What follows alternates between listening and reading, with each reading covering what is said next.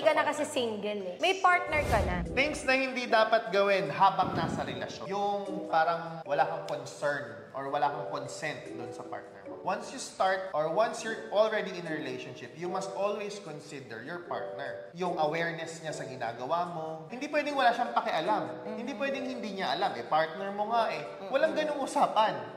Once you entered into a relationship, you are already binded with that responsibility to let your partner be aware of what are the things that you're doing. Kung nasan ka ngayon, ang oras na to. Oo, yan yung mga common issue na kasan ka ngayon, anong ginagawa mo. Naiinis yung partner. That's already a responsibility that you must understand to do. Yung sinasabi kong wag mong gagawin, yung parang may privacy ka pa na gusto mong gawin ng hindi mo pinapaalam. In short, hindi ka na kasi single eh. Yes. May partner ka na. So wala nang ganon. Hindi na pwedeng may gagawin kang hindi alam ng partner mo. May lakad kang hindi alam ng partner mo. May activity ka or may something ka na hindi alam ng partner mo. Yeah.